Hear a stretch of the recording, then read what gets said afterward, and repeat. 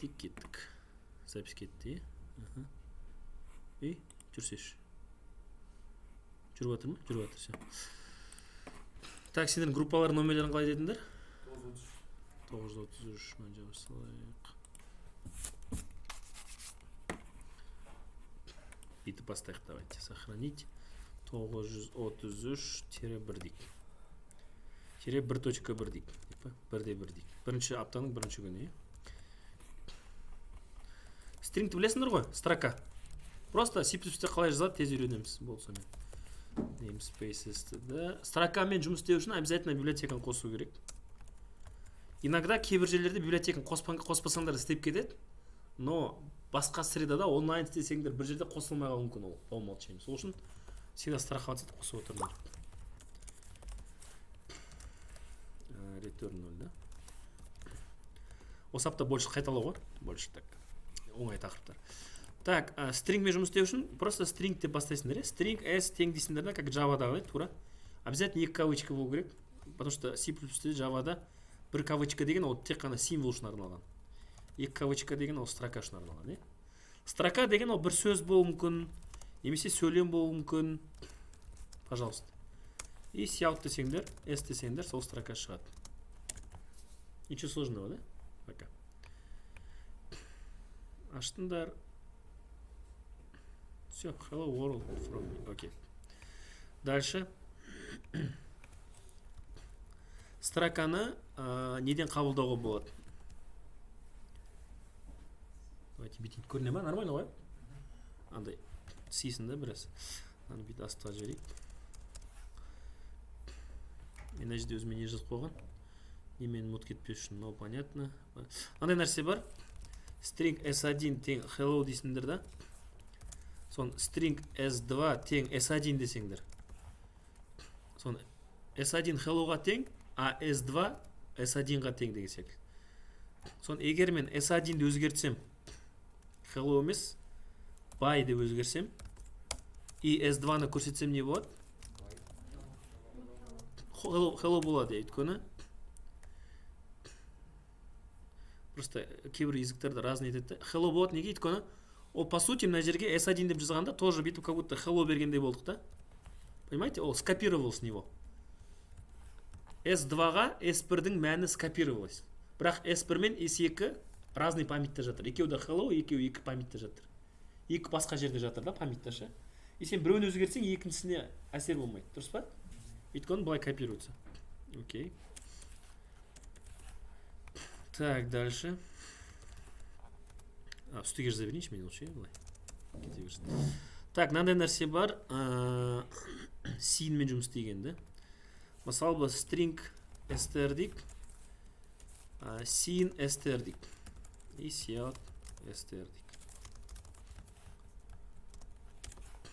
То есть, бір строка бар, оны біз клавиатураны оқимыз и тупо көрсетеміз. Окей, ол істейді, но бір одно но бар. Аз көрсетем.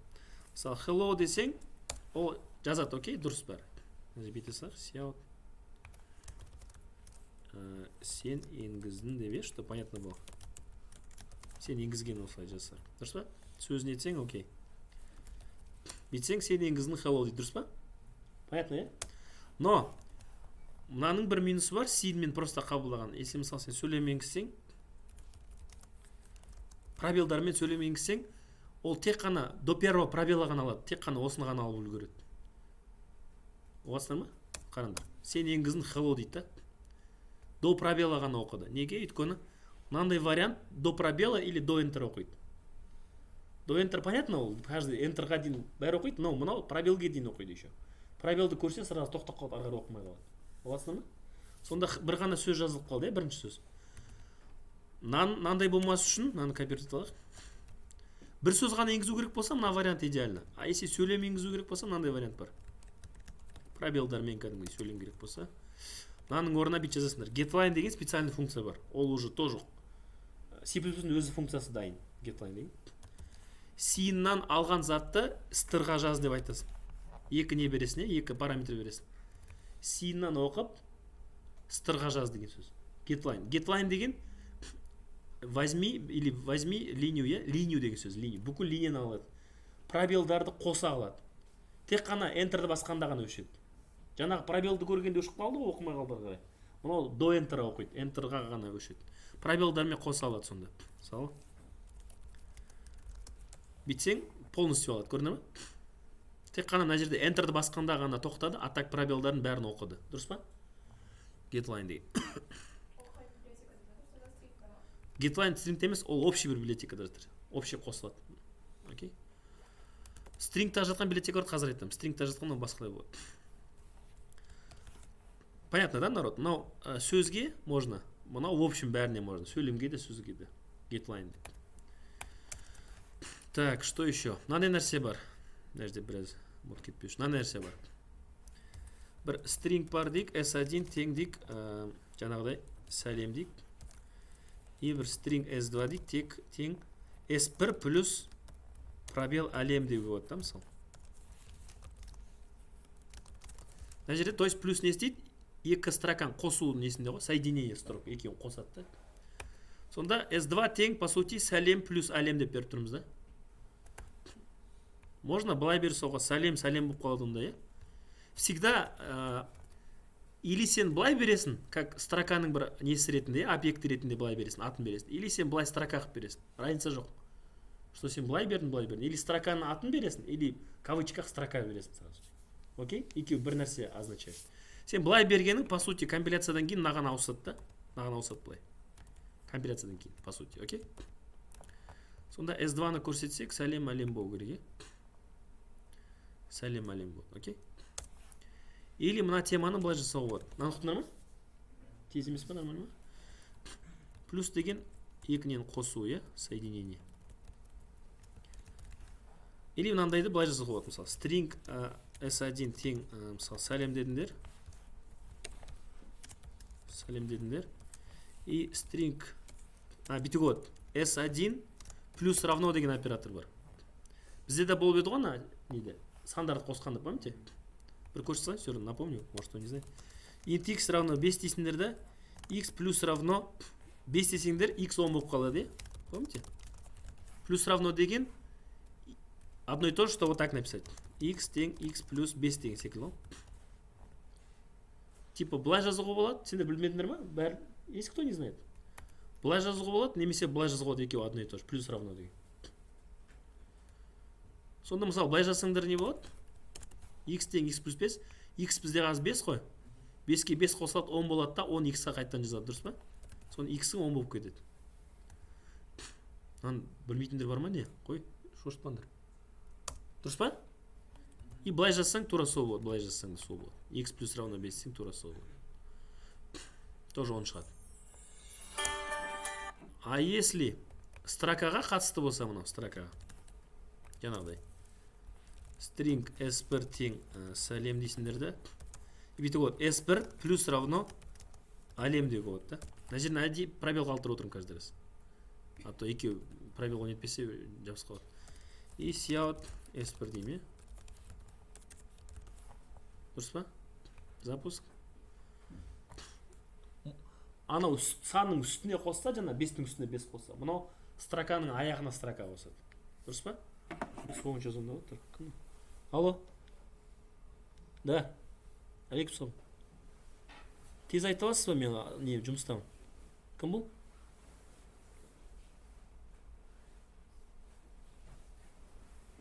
Қай университет? Жоқ, мен уже істемеймін уже давно. Жақсы, давайте.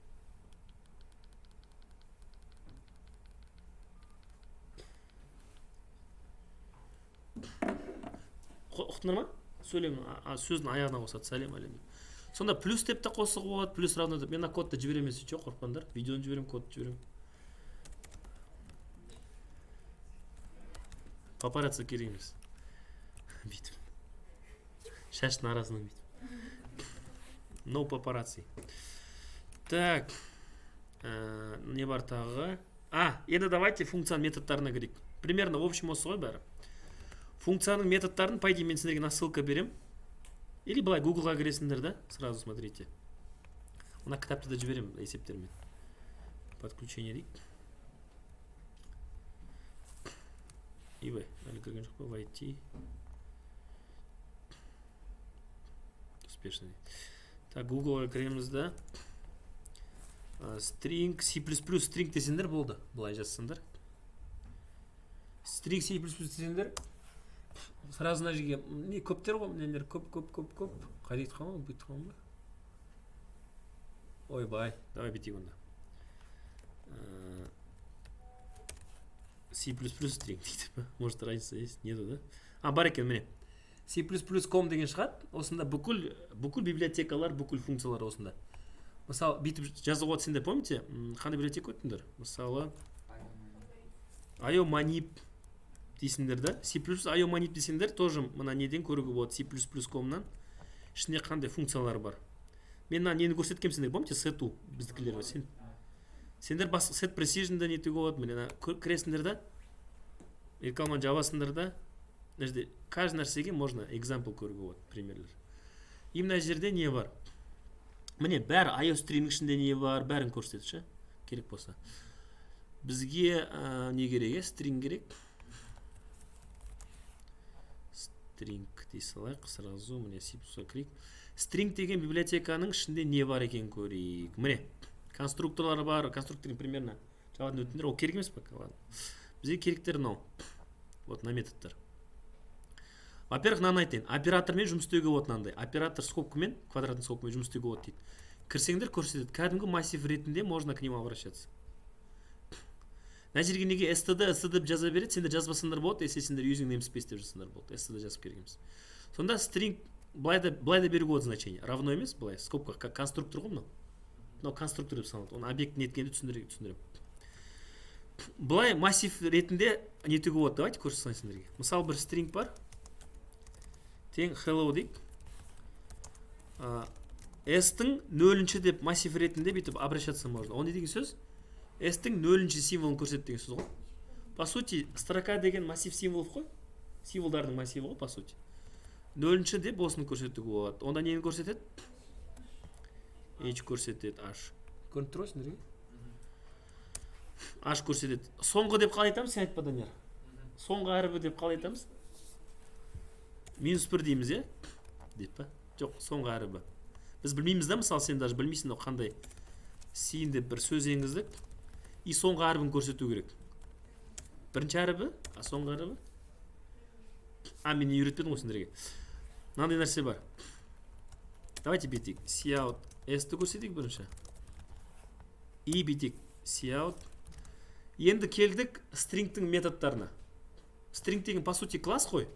Сендер жауап өттіңдер ғой, класс деген нәрсе бар. Конструкторлар бар класстың ішінде. Еще классқа можно методы добавлять, функции, методы ше. String-тің ішінде дай методтар бар сендерге арналған. И самый простой методы s.size.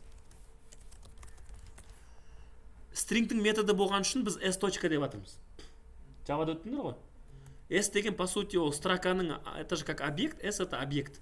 Типа былай ғой, S равно new string деген секілді ғой, по сути, понимаете? Былай как будто, помните Java'да? И S деген объект, по сути, да? Өттіңдер ғой? Сондай тема да. И S-тің ішіндегі методтарға можно добраться через S. S.size дейсіңдер, қазір куча методов көрсетемін, көп методтар. Самый простой size. Size не істейді? Сен енгізген сөздің ұзындығын береді. Hello десең 5 деп береді, 5 әрбі бар. Дұрыс па? Мадина десең 6 әріп береді. Тұңғышбек десең 9 деп кете береді, короче. Мына жерге hello world десең, пробелді санайды народ. Hello world жұмыс істемейді екен, біз сиін де қойдық, е? Getline емес сиін де қойдық.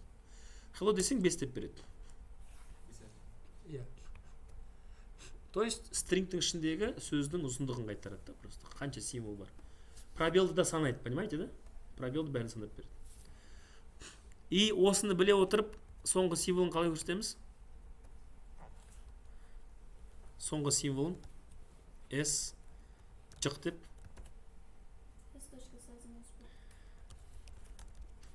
Осы. Дарина. Дарина, жыртады енді бәрін. Құқтынар ма? Мысалы, hello енгізсең, S size қанша болады? Мысалы, например, S равно hello енгіздіге. Предположим, hello енгіздіге, народ. Клавиатурын hello деп жаздық. S.size қанша болады? 5 болады, 5 минус 1? 4 болады. 4-ші индекс, дұрыс па? 0-ші индекс? 1, 2, 3, 4. Оны көрсетеді. Дұрыс па? Любой қандай сөз енгізбесең де соның соңғы ярым көрсетеді. Өйткені s сайзбен санайды ол. Осылай. Көрейік. Давайте даже getLine мен істейік. getLine C-не істейік. Бір сөйлем енгізейік даже. Hello, пробел, world десек. Иә, ол 11 әріп минус 1 10 индексін көрсетеді. Ол 11 деген размер ғой. Не, d, дұрыс па? Сен пробел енгізсең, пробел көрсетеді мысалы. Пробел бірақ яна жерден көрсетеді қазір. Hello, getLine болса болды. Пробел десең, саған пробел көрсетеді. Көрсетсің ба пробел? Иә, но пробел ғой, көрсетсің. Но пробел. Он пробел показывает, по сути, просто көрсете алмай тұр. Ұқтыңдар ма? Понятно, да? В общем, методтарына кірдік ақырындап. Size деген первый метод. Кстати, size бар и не бар. Lens бар, екеуі одно и то же. Не үшін екеуі істеген бог его знает. Мысалы. Hello дейсіңдер да, cout s lens деген де бар. И s size деген де бар. Просто андай, бір прикол бар шығар, ладно. Екеуі де бірдей жұмыс істейді да. Дұрыс па? Защитада сұрасам, ленз size чем отличается десем, ойлап қалмаңдар, қиналып. Вопрос подвохом будет, ладно? Дальше. Енді қараңдар, методтар көп. Давайте өтейік бір основаларын. Size понятно, lens понятно, я? Clear деген любой жерін ашасыңдар да, насылканы берем. Clear не істейді, қарайсыңдар. Ол тупо нені, енді дұрыс көрсетпеген. Өшіреді, s равно 1. Любой бір нәрсе болсын, s.clear десең болды. Ол пустой болып қалды. s.clear'дан кейін s.size көрсетейік. Қанша болу керек? Clear деген мынаның бәрін очищает, значениесін очищает. Строканың ішіндегі сол s.clear, значит, s-тің ішіндегі значениені өшір деген сөз, по сути, өшіп очистить. Размер қандай болады? Дұрыс па? Өшіп тастайды. Түсінбей жатсаңдар, сұраңдар, народ, бізде ұялмаңдар. Новенькилар сол ұялады шығар. Старенькилар сұрай береді. Гүлназ ұялады еще. Не то сұрақ қалам ба деп, Гүлназ? Clear понятно, size понятно. Empty деген бар, тексеруге болады. Пустой ма строка, не пустой ма? Оны по идее былай да тексеруге болады. Ладно, көрейікші. String s бір пустой строка болса, былай тексеруге болады, если s тең пустойға депші, былай тексеруге болады. Cout string is empty дейік. Дұрыс па? Қазір соны көрсету керек. String is empty деу керек. А если бір нәрсе ішінде болса, онда string is empty көрсетпейді. Логически. Былай тексеруге болады, просто сендерге удобство бергенде можно типа былай, можно s.empty болса. s.empty дейсің, empty деген функция, значит, boolean қайтарады, метод. Пустой болса true қайтарады, пустой болмаса false қайтарады. Empty ма десең, қазір түк көрсетпейді. Или empty емес па десең, если not empty, is not empty деп. Дұрыс па? Но не деген сөз, помните, да? Все знают. Білмейтіндер бар ма? Бәрі біледі ғой. Мынау true қайтарса, пустой болса, true қайтарса, онда мынаумен false болып кетеді. Наоборот. Если не пустой, то скажи не пустой деген сөз. Онда string is not empty. Дұрыс па? Так, empty бар, size бар, lens бар, clear бар. Пока на общий функциялар ғой, қатты не емес, маңызды емес. Қазір ең нелеріне келеміз, крутой функцияларына. Lens понятно? Все. Операторды көрдік, мыналар қатты важно емес. Давайте мынаны көрдік, плюс равно. Аяғына қосатын. Енді кеттік. Append бар. Append мынаның бір түрі. Сөздің аяғына қосу. Плюс равноның бір түрі. Плюс равно, помните? Append тура соны істейді, просто append'тің приколдары бар, қазір көрсетейін. Больше возможность бар да, міне бәрін көрсеткен қанша возможность бар. Мысалы, бізде string бар дейік, s1 дейік, тең дейік. Давайте жаза берейік, сәлем дейік. Сәлемге жаңағыдай бүйтіп жазуға болады. s1.append жаңағыдай, просто пробел әлемді жазуға болады. Плюс равно секілді ғой. сонда бүйтіп айтып жатырмын, s1-дің аяғына қос up end, то есть аяғына қос пробел әлем, иә? И cout s1 десеңдер, плюс равноның бір түрі мынау, самый легкий вариант использования. Сәлем әлем, дұрыс, е? Енді былай істеуге болады. Аны алып тастайық, ладно, тұра берсін бүйтіп. Бүйтіп бәрін, видите, не қылып берем мен, новенькиларға айтып жатырмын да. Осылай бәрін не қылып берем, комментарий.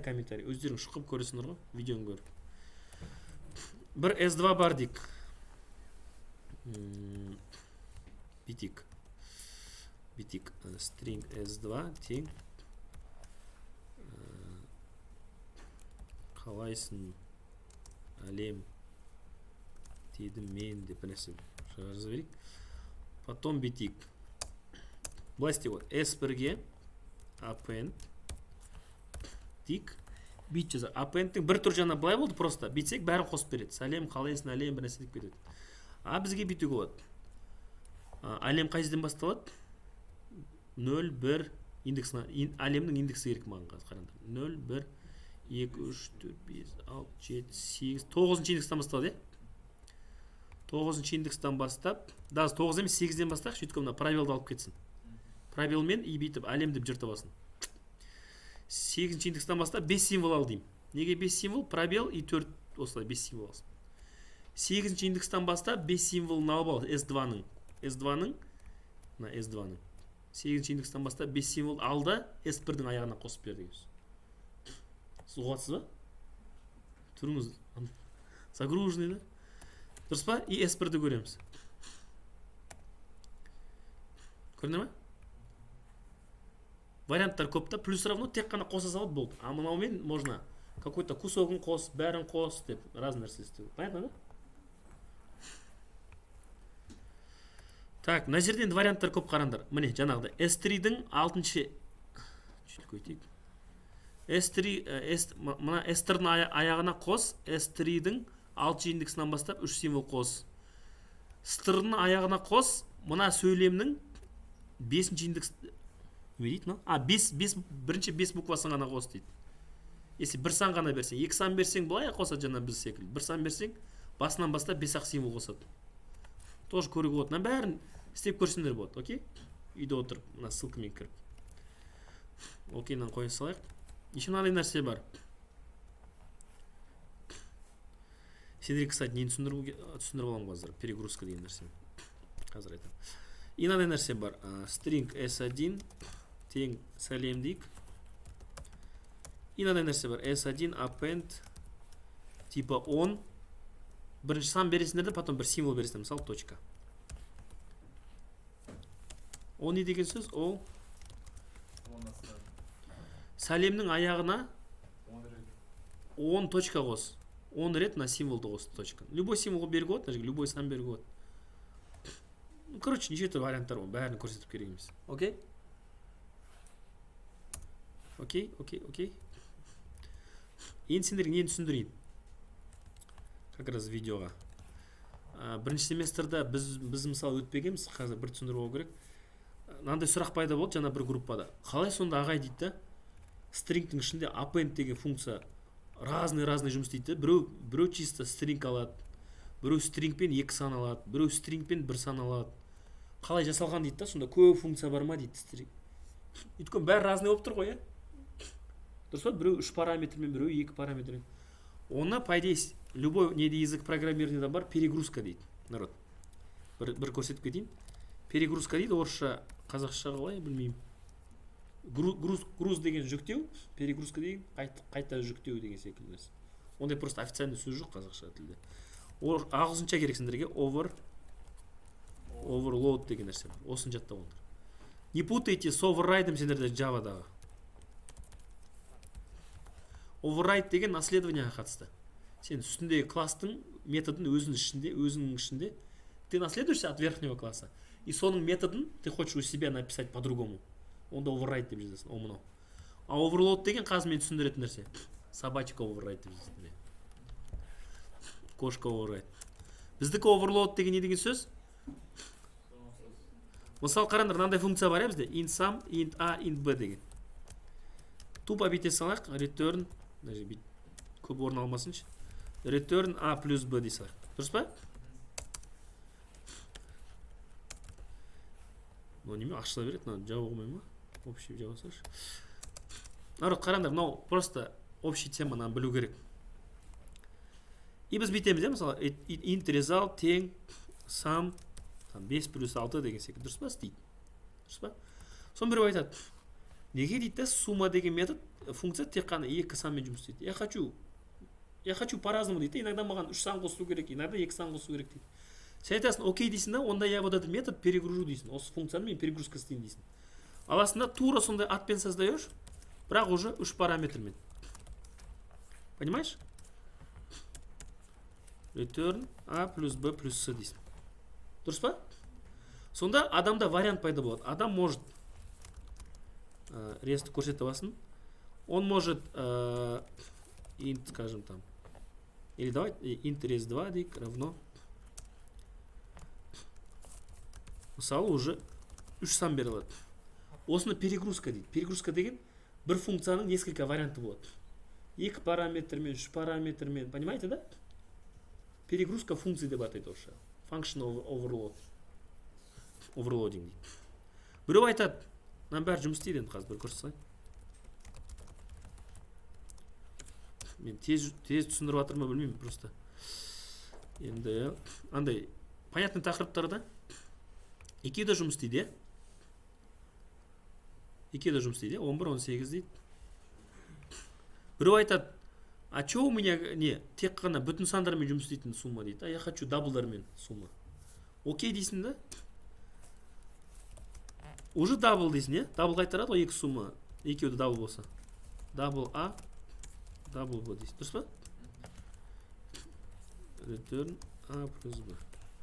Енді біреу айтады, 2 параметрмен бізде уже бар ғой, екеуі шатаспай ма, бір-бірімен шатастырмай ма десе, шатастырмайды, өйткені типтары басқа болу керек. То есть перегрузкада функциялардың аттары бірдей болады. Различиясы қандай болады? Отличиясы немесе параметрлердің сандар разный болу керек. 2, 3, 4 параметр. Немесе типтар разный болу керек. Double, int, char, string. Понимаете, да? Соны перегрузка дейді. Ұқтыңдар ма? Это бір функцияның варианттары. Біреу 3 немен шақырғысы келеді, біреу 2-мен шақырғысы, біреу даблмен шақырғысы келеді. Окей? Осылай көп вариант жазып бересің. Сендерге тоже стрингтің ішінде, мысалы жаңағы append деген функцияның бір 7-8 варианты бар шығар, не знаю, көп варианты. Мынаны қалтырып қойын, сендерге керек болады, перегрузка деп қойын. Мына жерге не override емес деп қой. Overload. И мына жерге қарасаңдар, енді ұқтыңдар, string деген кластың ішінде appendтің варианттары көп. Просто string алатын вариант. Stringпен 2 сан алатын вариант. Stringпен 1 сан алатын вариант. И қайсы керек, соны қолданасың. Қайсы саған удобный, осы бір задачаны шешу үшін соны ала бересің. Понимаете, да? Мынау бар жаңағыдай, мынау u деп нефтем жүріп қойды. 10 и точка десең, 10 рет точка қосып береді аяғына. Окей? Алар енді қуып кет, не надо. Слишком. Мынау не істеп кеткен, непонятно. Точканы қайтын алып тұр, но точканың бір нәрсесі қойдың, походу, кодын нәрсесі. В общем, осылай. Неге ананы көрсеттім? Өйткені мынаның каждый методың минимум 5-6 варианты бар стрингта. Сол үшін заранее көрсеттім ананы нәрсені. Pushback. Pushbackты просто былай көрсетейін. Просто appends аяғына бір ғана символ қосады. Character to the end в конец стринга. Str pushback, getпен ғана көрсетеді, но файлды оқып отыр. Файлы, кстати, оқимыз тоже. Но аяғына тек қана бір символ қосып отырады. Pushback тек қана бір символ алады, аяғына қосады. Ничего такого. Appendке қосайды, бірақ append бүкіл строка қоссам, но бір символ ғана қосады. Assign бар, assign бізге керек бола ма? Мына жерде де сөйтіп істеуге болады екен, көрдің ба? Str.assign 10 рет звездочка десең, о звездочка. Assign деген мына тема народ. Бәрін түсіндіріп керек пе деп ойлап отырмын. Мынау бар ғой, мынау қараңды. String s равно hello дейсіңдер ғой. По сути, мына жерде сен равно дегенмен assign жасаласың. Assign деген значение беру деген сөз просто. Осына ма? Сонда сен былай бере аласың. Немесе былай бере аласың. s.assign деп былай бере аласың. Понимаешь? Assign деген, по сути, равноның заменасы ғой. Плюс равноның заменасы append болды, аяғына қосу. А равноныкі assign. Каждый нәрсеге метод создавать ете берген ғой сендерге. Но assign мен опять жаңағы не бар, иә? Бір удобство бар, мынау істеу керек, иә? Hello. Assignның бір удобствосы бар, сендер бүйте аласыңдар, жаңағы секілді. Типа, on точка деп, иә? Есептерді керек болады. S-тің ішіне жаз, on точка жазып бер деген сөз. Онды өздерін енгізсеңдер болады, int x, sin x депші. Сонда уже, видите, стрингтерің бар қой. Равно 10 точек деген секілді, как будто строка. Тез емес ба? Чуть азайтайын ба скорості? 0.75x қып. 0.85x. 0.9x, нормально? Просто өткен тақырып болғаннан кейін осындай кезде звондап қойды бір. Да, Сима, айта бер тезірек. Отвлекаешь, айта бер.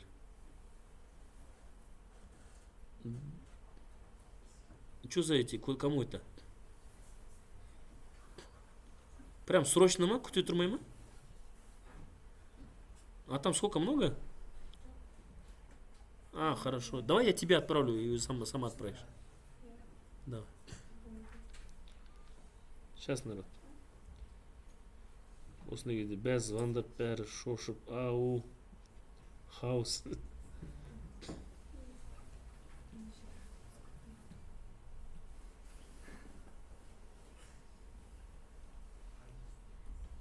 Типа.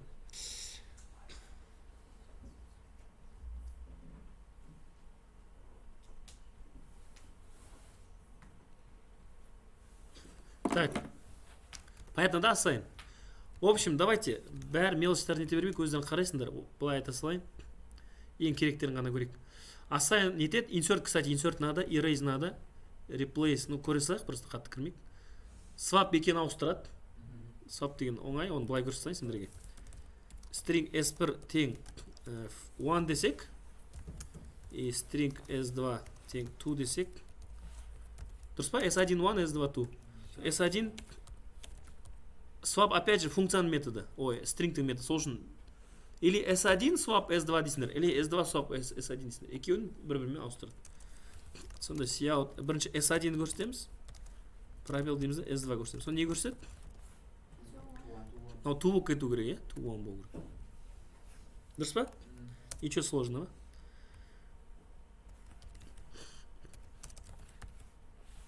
Так, insert кіргізеді ішіне. Тоже общий бит көрсете салайын. Қараңдар. Мынаны алсақ, давай. To be or not to be деп. Мына S2-ларын алып сақ.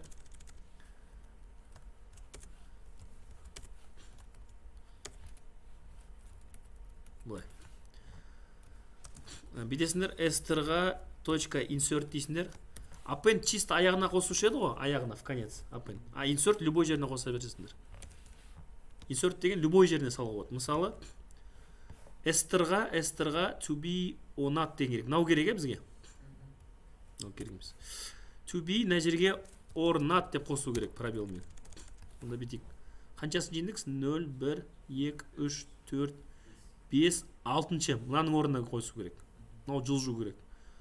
6-шы индекстан бастап, бүйтесіңдер. Str3-ді ішіне кіргіз.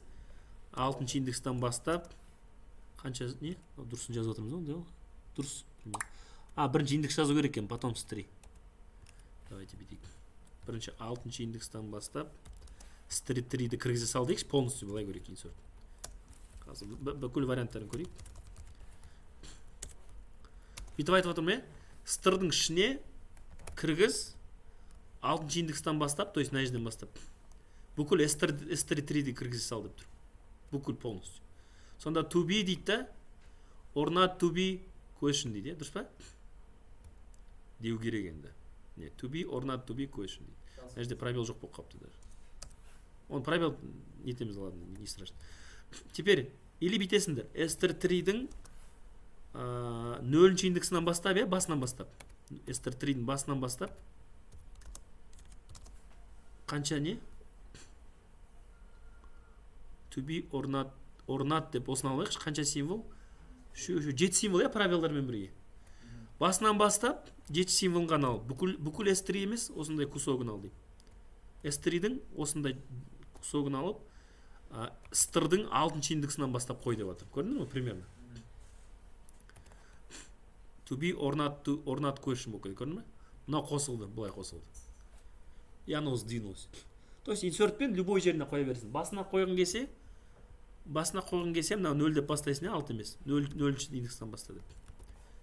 Мына жерге қою керек болса, мына жерге қою керек болса. Аны алып, мына жерге қою керек болса.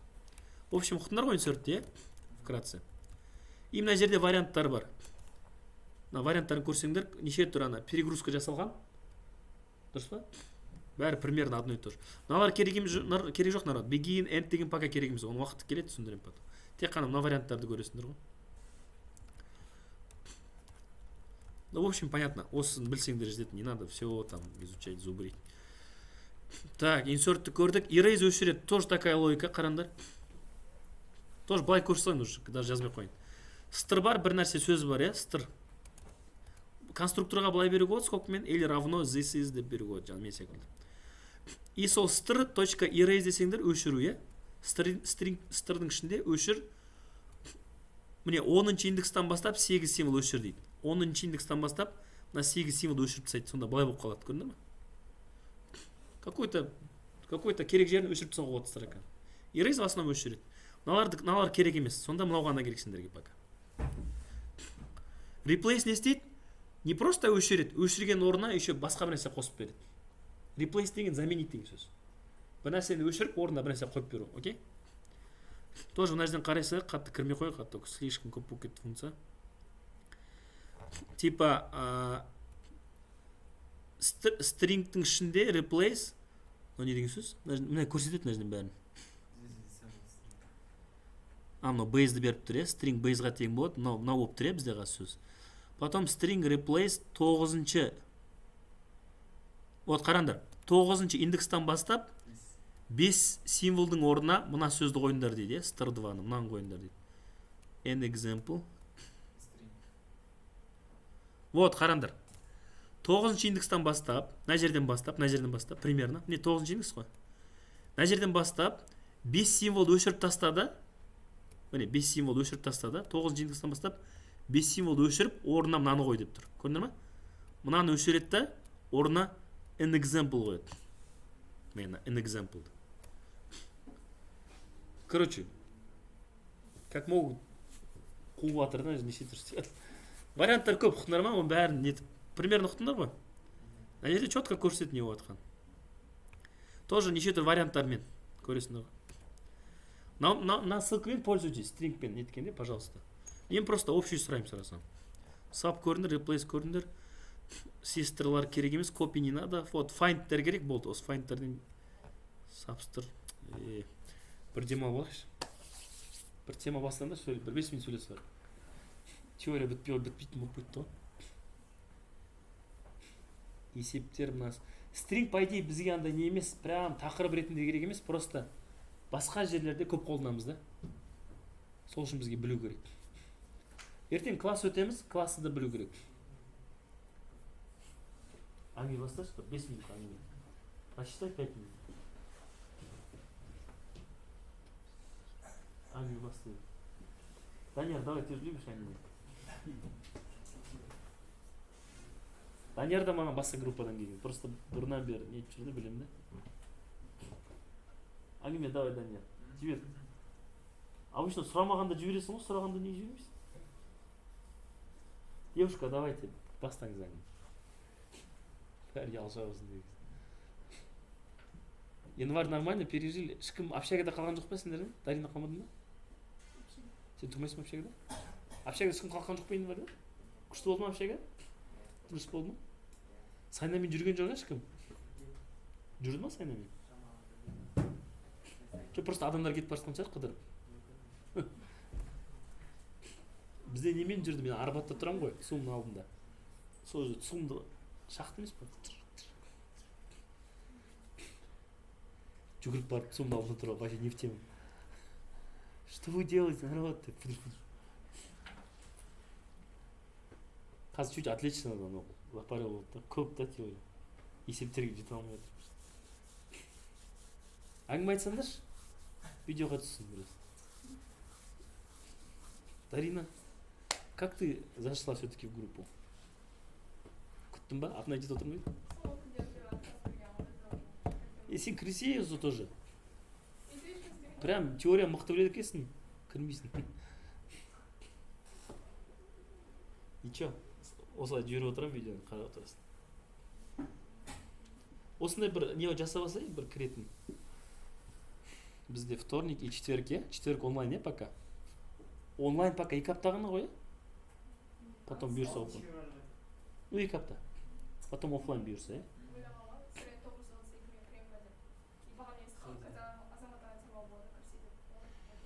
Там сегодня 3 часа. Сен любой уақытқа кіремсе, бүйтіп группамен етпе. Вторник бір уақытқа кір. И четверг бір уақытқа кір. Болды. Любой уақытқа. Вторник у меня с 12 до 12-ден бастап подряд 3 сағат. 3 қазақша группа. И четверг менде 10:30-нан бастап подряд 3 сағат. Кірем сен кіре бер.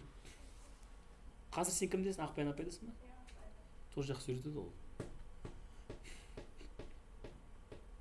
5 минут өткен жоқ, әлі 2 минут бар, давай сен. Өзім шаршап кеттім просто. Вот. Ой, не в тему, басқа айтсашы. Билетиканы сұрайын деген ба? Ё-моё. Біз демалып келсек. А? Қазір, е? А так семейдікі. Корень семей. Иляс та семейдікі. Жуаныш. Күнә займен бет, давай, таста. Сен қалай жаптың? Осы семестрдан бастап па? А че, біреу кетіп қалды ма, типа?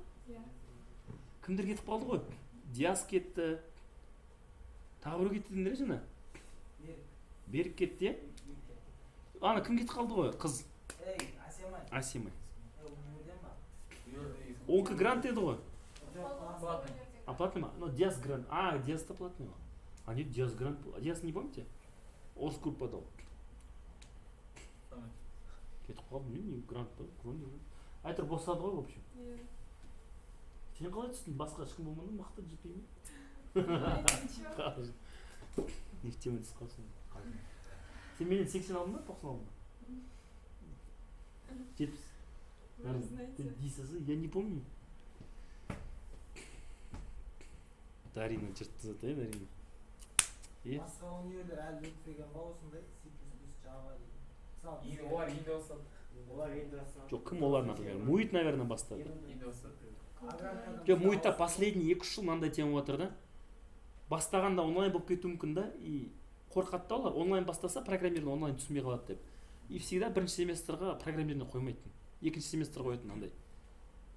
Более-менее бір семестрда бәрі ауырып бітіп, екінші семестр офлайн кірсе деп үмітпен. И осы жыл походу тоже сөйтіп бастады. Олар сендер бірінші семестр өткенде, олар енді бастап жатыр Муитта, я знаю. А КБТУ, СДУ я не знаю қалай. СДУда уже өтіп жатыр уже. СДУ өтіп жатыр, видишь? Аграркадан ауысты ғой бізге Общагаға бір бала. Енді аграрка енді вообще IT-ға қатысты емес қой енді. Олар енді бүйтіп өтеді ғой сәл-сәл. Жоқ, енді более-менее мықты вот. Нархоз, Муит, КБТУ, СДУ, Казгу да бар программированиемен. Политех. Вот кетіппіз политех. Олар осы сағытты қарашада өтіп саған. Қашын өтіп саған? Қарашада. Осы сағытта. Сен прям қарап жүрсің ба? Кім өтіп саған? Шо жаңа ЗУда қалдыр. Жоқ, ол тез өткенімен тоже неправильно. Шо оларды онлайн. Тем более жаман ғой. Олар сұрасаң қазір тым түсінбей жатыр. Шо ЗУ қалдыр. Онлайн программирование ауыр. Жоқ. Е? Дұрыс па? Онлайн тяжко ғой программирование. Английский ладно онлайн. Программирование қиын. Шо оларды дым түсінбейді, типа кодтар жазып қояды, типа соны не істейсің, өзің боласың. Вот видишь, тез өткеннің минусы. Өтпей керек тез. Практика көріп салады. Все. Епа, выиграды біраз. Все-таки біз, походу, теориямен ғана бітіреміз. Ну ладно, хотя бы так. есептер берем, үйде шығарып көріңдер, бірақ ол есепке қатты сұрамаймын мен чисто осы методтар в общем қалай жұмыс істейді, методтардың нормализациясы деп шықмаймын. В общем insert не істейді, erase не істейді, понимаете, да? Insert'тің бір примерін жазып көрсетші, erasе'нің бір примерін жазып көрсетші деп общий сұраймын. Size не істейді, ано не істейді болып қатты шықмаймын, білсеңдер болды, общий заттарды білсеңдер болды. Find деген нәрсе бар, find деген іздеу. Find обязательно түсіндіру керек, ол жерде бір не бар, бір нәрсе бар түсіндіретін. Қараңдар, string s тең str дейікші равно I am from Алматы деп жазып қояйық, например. И бүйтейік, инттан бастайық, int x тең str, бүйтейікші былай түсіндірейін. str.find деген метод бар. Мына жерге былай беруге болады, мен айтқанда, бір сөзді мысалы, from деген сөзді, from деген сөз ізде деген нәрсе деп тұр. Str-дің ішінде from деген сөз бар ма, жоқ па, ізде деп тұр. Или былай беруге болады, мысалы, string s равно from деп. Мен просто қайталап айта берем, просто разница жоқ. Былай бересіңдер, былай бересіңдер, разница жоқ. В любом случае from іздейді, былай бере берейік. From ізде деймін да, просто find деген функция қайтарады санды. Ол былай іздейді, ол from'ды іздейді, если тапса, мына str-дің ішінде from тапса, табылды ғой. Сол сөз қай индекстан басталады, сол индексті қайтарады. Оласыздар ма? From қай индекстан басталады? 0, 1, 3, 4, 5-тен басталады, 5-ші индексте тұр f. Значит, 5 қайтару керек. Раз ол сан қайтарады, біз оны санға жазып алу керек, біз дұрыс па? Интқа. X деймін. И көрейік. Саған 5. Көрді ма? Дұрыс қой, бар болса. Даже from 2 рет болса да, ол все равно біріншісін көрсетеді сендерге. Ең бастағы from'ды көрсетеді, дұрыс па? Енді табылмасашы. Хай деген сөз жоқ қой бізде. Табылмаса, -1 қайтарады. Логически дұрыс қой. Өйткені любой плюс сан қайтарса, как будто тапқан секілді болады, даже миллион қайтарса да, миллионыншы индекста тұр деген секілді болып қалады, как будто. Дұрыс па? А -1 қайтарады, значит нету. Но былай да по идее жұмыс істей беруге болады интпен. Таппады деп қалай нетесің, шарт жазасын, таппағанға бит жазасын, егер x тең -1 болса деп, онда cout типа таппады деп, таппады деп. Таппады деп, дұрыс па? Істейді ғой? Таппады деп істейді. Таппады дейді. А если from десем, онда таппады шықпау керек, түк шыққан жоқ, дұрыс. Но я советую интеджердің орнына специальный тип бар, именно stringтің find деген функцияларына арналған. Өйткені find деген функция көріп тұрсыңдар ғой көп. Find, find first of, find дегендер көп та. Осы методтарды қолданып жатсаңдар, интеджердің орнына желательно мынандай тип қолданыңдар. Size t деген тип. Желательно. Мынаны қолдана берсеңдер болады интеджерді, пожалуйста. Но size t-ді де қолдануға болады. Неге десеңдер? Size t деген тоже интеджердің бір түрі. Чисто мынау не үшін арналған, stringтар үшін арналған, find деген методтар үшін арналған, по сути. Size t деген интеджердің тек қана оң сандары, положительный сандар, минус емес, плюс сандар. Понимаете, да? Понимаете? Интеджердің тек қана плюс сандары деңіз. Бірақ ол тоже сан, size t деген тоже сан. Енді здесь прикол в чем? Size t минус болмайды ғой. X минус болмайды ғой. Бит жазу болмайды ғой енді. Таппады деген қалай жасаймыз? Мынандай нәрсе бар. Кстати, вопрос такой. Бүйтейікші. Cout x дейік. Жаңа -1 қайтарды ғой интеджер болғанда. Енді size t болғанда не қайтарады? Если таппаса, хай дейік. Таппаса, интеджер болғанда -1 көрсетті x, дұрыс па? Сен тұжу тұрдан, сен жаңа естің. Size t не көрсетеді? Деп ойлайсыңдар? Если size t минус сан бола olmasa. Мынау даже вообще үлкен сан екен. Мен 4 миллиард деп түсіндіріп отырмын. Бір ең үлкен сан көрсетіп, походу лонгтың ең үлкен саны ғой деймін, Самый большой число даже. Мен интеджерді ойлап жүрсем, оказывается, вообще. Короче, ең үлкен сан көрсетеді. И сендер бүйтіп отырмайсыңдар ғой, мынау қанша 18 триллион бір нәрсе ғой. Сендер таппады деген условие қағазда бүйтіп жазбайсыңдар ғой. Если x тең 18 триллион деп бүйтіп.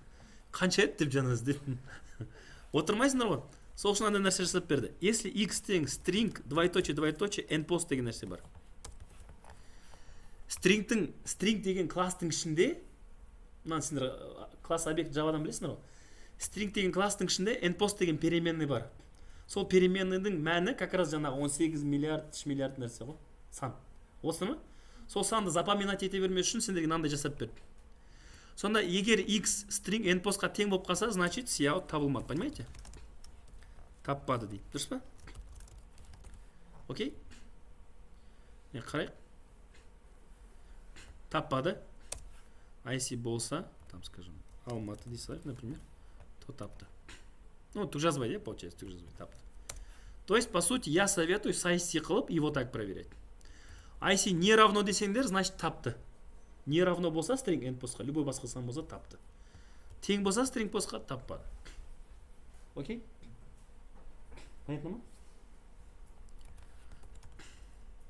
Мынандай нәрсе бар. From-ды, бірінші find-ды бітіріп алайықшы. Find-дің бір варианты болған, тоже керек қазір, задачаларда керек болады. Find-дің тағы бір варианты бар, народ, қазір айтам.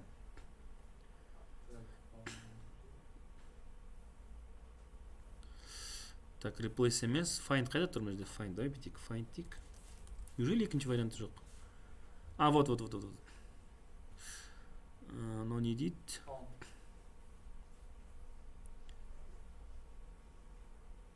То. Но зачем керек 6 деген? 6 керек емес.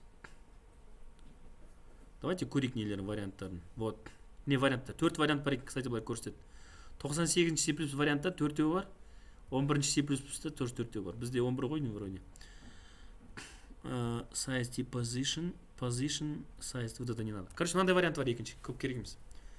Бүйтсеңдер, from десеңдер қайсын көрсетеді? Бүйтіп қойын, пока. Давайте нам бәрін бүйтіп қойын. Шаршаған жоқсыңдар ма? Шаршасаңдар айтыңдар, бір демалып аламыз. Бүгін солай енді, бүгін чисто не. Көп информацияны бір алып алу керек, потом керек болады. Даже есеп шығармасақ та. Еще тура осыны ертең орысша группаға түсіндірмей кіреді. Е-мое. Так.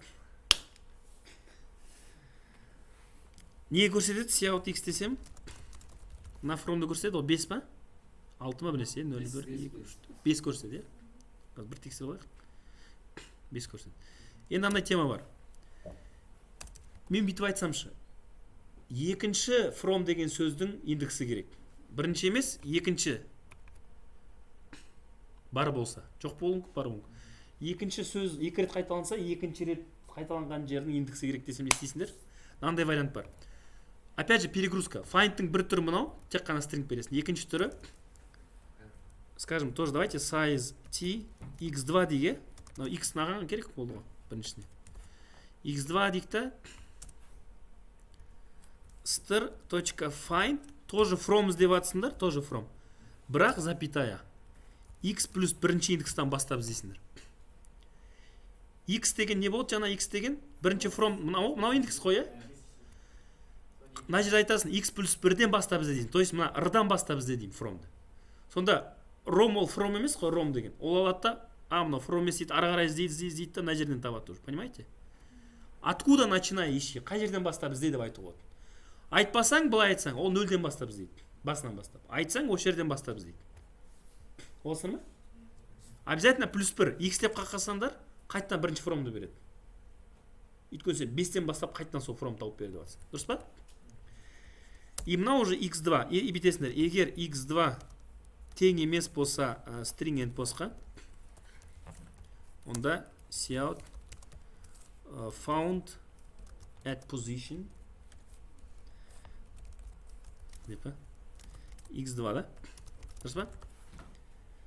Если табылса, тең емес болса, значит табылды. Екінші from, онда былай. Табылмаса, else дей саласыңдар да. Not found дейсіңдер. Құтыныр ма? Примерно уже алгоритм. И көрейік. From-ның екіншісін табады. Көрдіңдер ма? Біріншісі 5, екіншісі 17 дейді. IC табылмаса, мысалы, тек қана Алматы деген бір рет кеседі. Табылмаса, біріншісін айтады, 10-ші позиция. Ана, from іздеп жатырмыз ғой, sorry. мына жерде алматы іздеу керек қой. Дұрыс па? Мына жерде алматы іздеу керек, x плюс 1-ден бастап. Вот. 10-шы неде таптық, бірақ екіншісін таппадық дейді. Окей? Find тұқтыр ма? Мынандай бар. Сиватыр ма бастарыңа біраз? Еще видео бар ғой.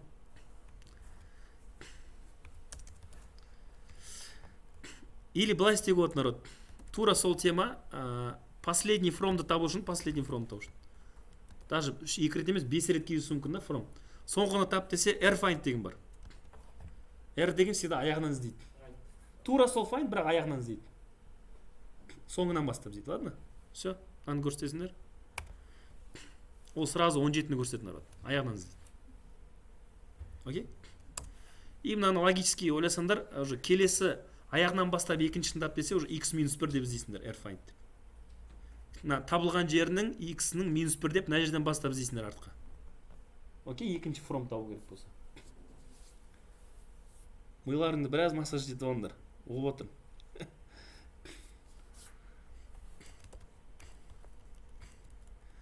Просто көрсетпей сендерге мына ссылканы беріп, өздерің қарандар десеңдер, не все же поймете там. Не разберетесь, так что чуть шыдаңдар. 20 минут қана қалды, 15 минут қалды. Так, find, rfind тұқтыңдар, короче, в общем. Мне find, не rfind. Енді find first of. Қызық зато, давайте. Логика такая же, бірақ мына жердің прикол мынандай. Бір күшті экзампл көрсетейін, тура жаңағы неде тұр. Стр. Ол күшті экзамплды, бірақ... Ладно, он потом, бірінші мынаны, простой экзампл көрсетейін. String str равно... Hey, are you tired, man? Деп қояқ.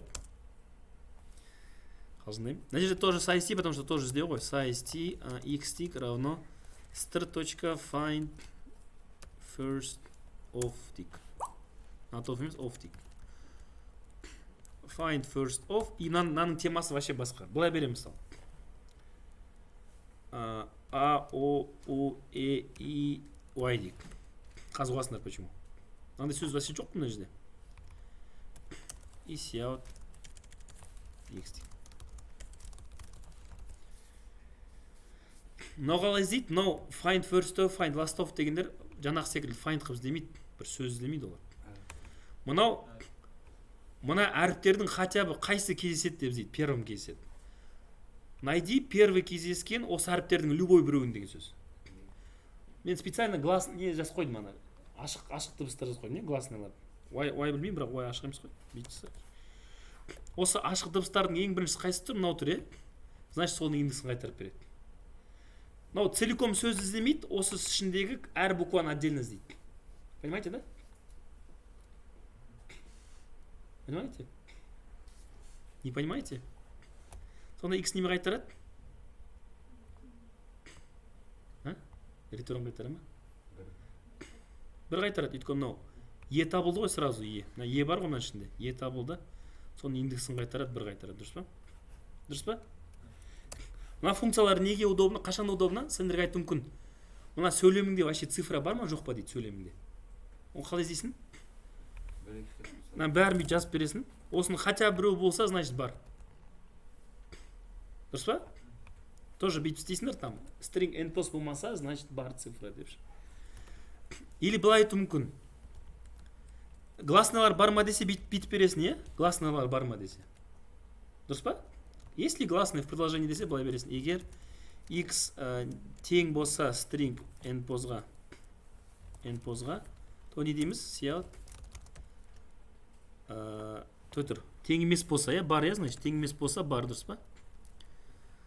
Бар дейік. Ашық дыбыстар бар. Ашық. Бар дейсілерші, ашық бар. Не өп кетті оны, кер өп кетті ма? Else. Сият ашық жоқ, Ашық жоқ дейік. И мына жерге қысқарақ жазайық. Хр-т-т-т қой. Ашық жоқ қой. Ашық дыбыстар жоқ қой. Ашық жоқ, дұрыс па? Хотя бір ашық болса, е дейік, дейік, білмеймін. Ол бар дейді. Ашық бар, дұрыс па? Енді бүйтіп айтсашы. Сөйлемде жабық дейсіңдер ме дыбыстар? Согласен, неме ана? Дауыссыз. Дауыссыз ғой. дауыссыз бар ма жоқ па десе, дауыссыздың бәрін жазып отырасыңдар ма? Q, R, T, I, P деп бәрін жазып отырғанша мынандай нәрсе бар. Ау? Иә, ашықтар жазып қоясыңдар да, first, not of дейсіңдер. Все, кроме них деген сөз. Надан басқа әріптер өзім жазып кеттім. Найди первый встречающийся әріптер, который надан басқа вообще. Сонда согласнылар іздейсіңдер, типа. Бірақ мынаның бір минусы неде іздеп кетеді, ну ладно. Чисто мына әріптер болса, А, О, У, Е, И деген әріптер болса, онда тоже жоқ болады, дауыссыз жоқ дейік. Дауыссыз жоқ деп қойып. Дауыссыз бар жоқ дейік, көрейікші. Дауыссыз жоқ қазір, или хотя бір дауыссыз берсек, М деген, например. Онда дауыссыз бар дейді. Дұрыс па? Осыны ма? В общем, логику поняли, да? И мынандай бір есепсте көрейік. Ал енді көрейік логикаларында. Бір сөйлем мен жазам. String, S деймін, мен getLine мен оқимын. И давайте оқымай қойық, чтобы вам видно было. Былай жазайық. Hello, student. Are you from Narcos? Деп қойық. Бүйтейік, бүкіл дауыстыларды звездочка қылып тастау керек. То есть мынаны звездочка қылып тастау керек. Мынаны звездочка қылып тастау керек. Мынаны звездочка қылып тастау керек. Бүкіл дауыстыларды звездочка қылып тастау керек. Ойланып қалай істейміз? Бір есеп қана осыны шығарайық.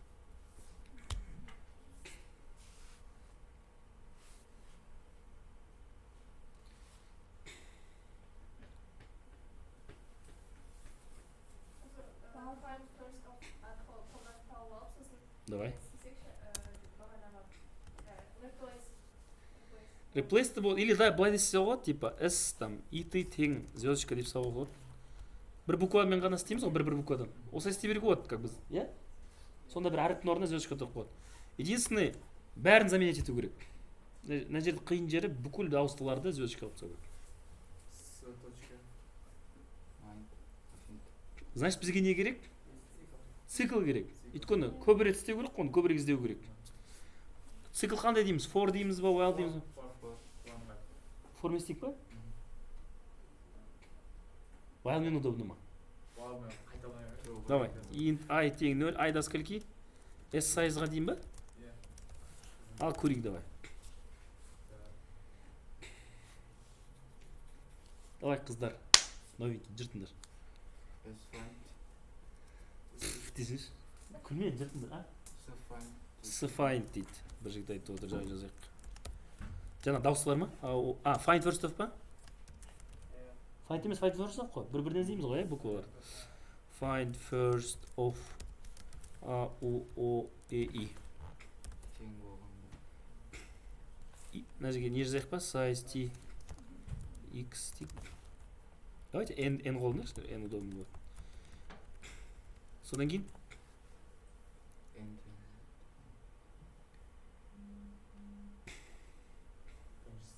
Уже қиын ба? Бірінші сабақ?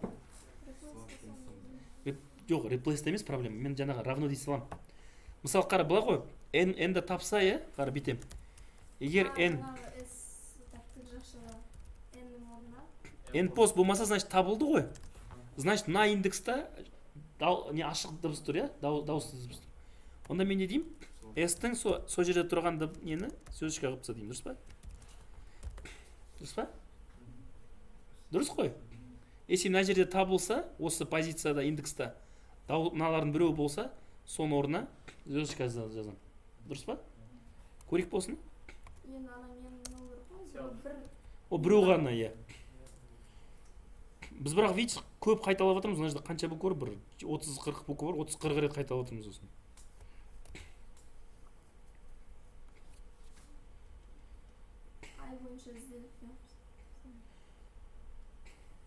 Жоқ, айт не жазайын. По идее, мен мына жерде while қолданушы. Неге? Сен қанша рет дауысты дыбыс кездесетінін білмейсің. Сен айту керексің, пока кездесіп жатыр, ауыстыра бер деу керексің. А біз for деп қойдық, біз конкретно там, мынаның ұзындығы қанша мына сөйлем, мысалы, 30 әріп па, 40 әріп па, 40 рет қайтала деп жатырмыз да. Дауысы даже бір 10 шақты дауысты болса да 40 рет қайтала деп жатырмыз. Это неэффективно, да? Осы семестр біраз эффективно жасай беру керек. Тупо жасадым да емес, қалай жасадым? Дұрыс жасадым ба, эффективно ма, өтірік жүгіре ма? Сол үшін давайте while қолданайық все-таки. Онда не дейміз? Мынаны алып тастайын. While true дей салайық пока, қатты қиналмай, иә? Что-то горит. Ладно, если тарзылдаса, айтасың. Да, while true дейміз, іздейміз, иә? Дұрыс па? N бірінші не іздейміз, иә? Дауысты әріп іздейміз. Табылса, звездочкаға не етеміз? Қайтан while true, қайтан іздейміз. Қайтан дауысты іздейміз. Ана звездочка қылып тастағаннан кейін уже оны іздемейді, иә? Уже оны іздемейді. Уже келесін табады, дұрыс па? Мынаны табады. Оны звездочка қылып тастасақ, уже келесін табады, дұрыс па? Дұрыс па? Циклмен қайта-қайта іздей береміз бір бірден тауып. Понимаете, нет? И қашан тоқтау керекпіз while true? Else break, дұрыс па? If табылса, табылмаса, break, циклды бітіреміз. Осылай удобно емес па? Бірақ, все равно дұрыс емес. Деп па дұрыс, вроде дұрыс. Сиаут естесақ. Көреген да? Hello, student. Are you, да? Are you, which, from, Нархоз. Дұрыс па? Істедіңдер ма? Звери. Жұртсадыңдар. Бәрі түсінді ма, или түсінбегендер бар ма? Сұраңдар. Түсіндіңіз ба? Точно ма? Өтірік, яйсат, өтірік не етпеңдер, айтыңдар шын.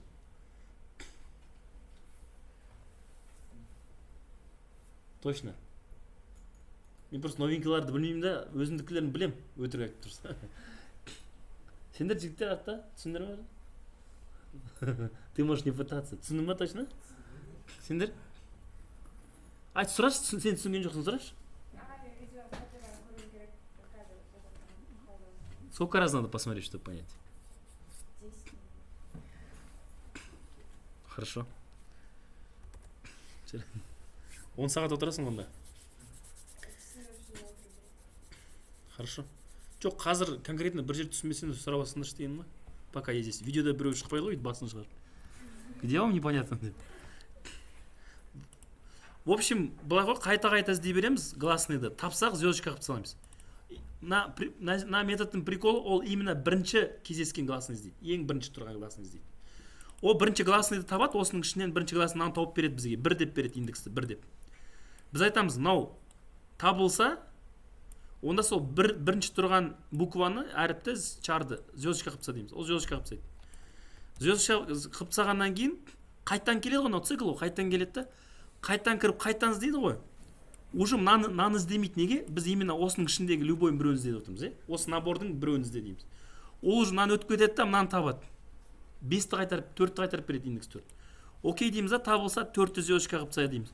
И сөйтіп кете береді. Соның бәрі звездочка болғаннан кейін, гласный қалмағанда, бәрі звездочка болып қойғанда. Мынау уже таппайды. Таппайды. Таппаса, else-ға кіреміз да, циклды бітіреміз. Осылай пример. Отсын? Вот и все. Анда есептер бар да, мен сендерге берем, мына жерге мен дайындап қойғам, әріп нелерін. Абрамянның кітабын берем да, осындай есептер для себя. Алгоритмді чуть прокачать, арасында қиындар да бар. Типа сөйлем жазам, сөйлемнің ішінде ең қысқа сөздің ұзындығын қайтарып көрсет дейді мысалы.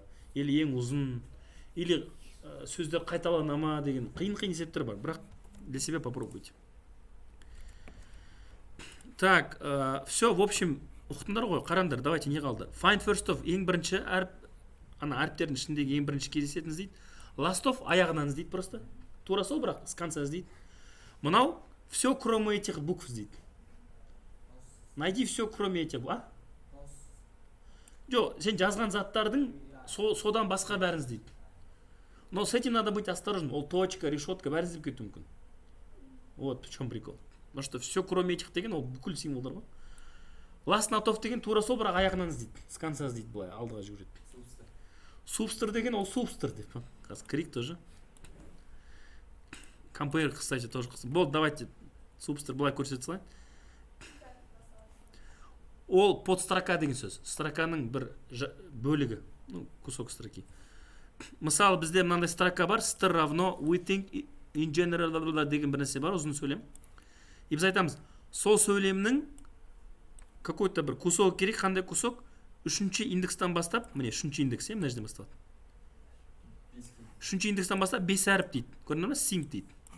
Үшінші индекстен бастап 5 әрбін сол ғана кусогын маған str2-ға жазып бер дейсіңдер, да, например. Понимаете? Чем-то похоже на ничем, да, бірақ ондай көрген жоқпыз, е?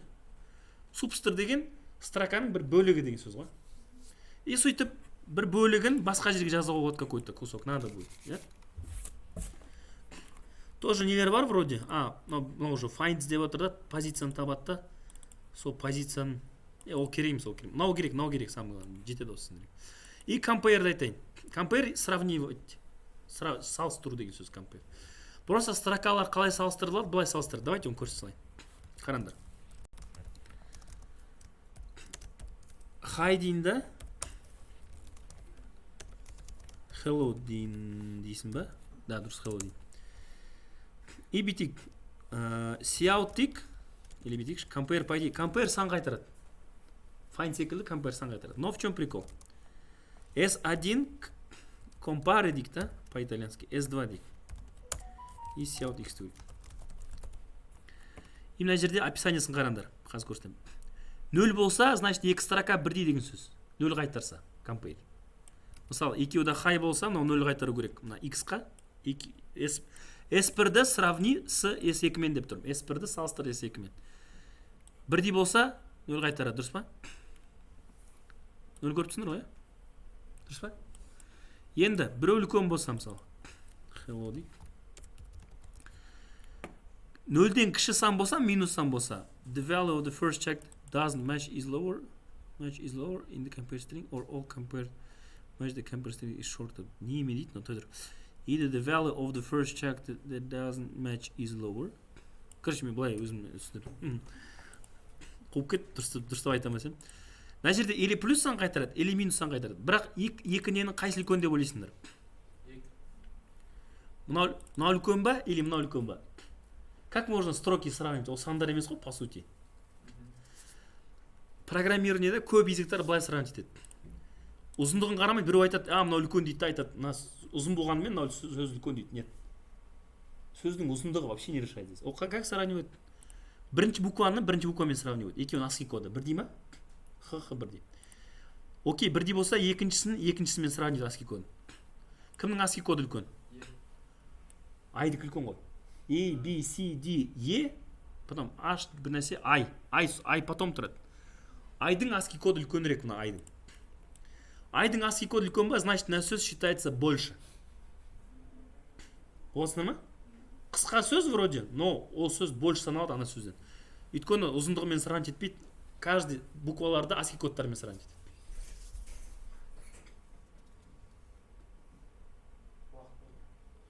Ола берсін, отырыңдар. Қазір бір қалды ғой біраз. Қанша қайтару керек, или минус, или плюс қайтару керек? По идее, бізде S1 үлкен болып тұр ғой, иә? По идее, логически плюс қайтару керек. Вот, плюс 1 қайтарып тұр. Если hella десек, бәрін салыстырып кететін, мынау кішкентай болып қалады, иә? Ол үлкен болады. Значит, S2 үлкен болса, минустан қайтару керек уже. Минус 1 ма? Минус 1 қайтарады. Осы ма? Мына үлкен болса, сендер мына компаре'ді кімнің ішіне шақырып тұрсыңдар, мынаның ішіне шақырып тұрсыңдар ма? Сол үлкен болса, плюстан қайтарады, логически. Мына үлкен болса, минустан қайтарады. Бірдей болса, 0 қайтарады. Поняли, да? Бізде сабақ былай қатты теория болмайды. Мен по идее бір 20-30 минут түсіндіріп, потом есептер беремін. Просто мына жерде көп методта бір көрсетіп тастайын, потом үйде қиналып отырмайды. Есептер берем, для себя берем. Сұрағанда бірақ есептерді сұрамаймын. Өйткені есептер чуть қиындау. Арасында қиында бар, оңайы бар. Мен методтарды общий сұраймын. Общийін білу керек. Insert, erase, compare, find қалай жұмыс істейді. Окей? Защитада маған жазып нетесіңдер, үйренесіңдер. Видеоға да айтып жатырмын, басқаларға. Защитада маған жазып көрсетесіңдер қағазға. Окей? Все, народ, всем спасибо, всем пока. Подписывайтесь на мой канал.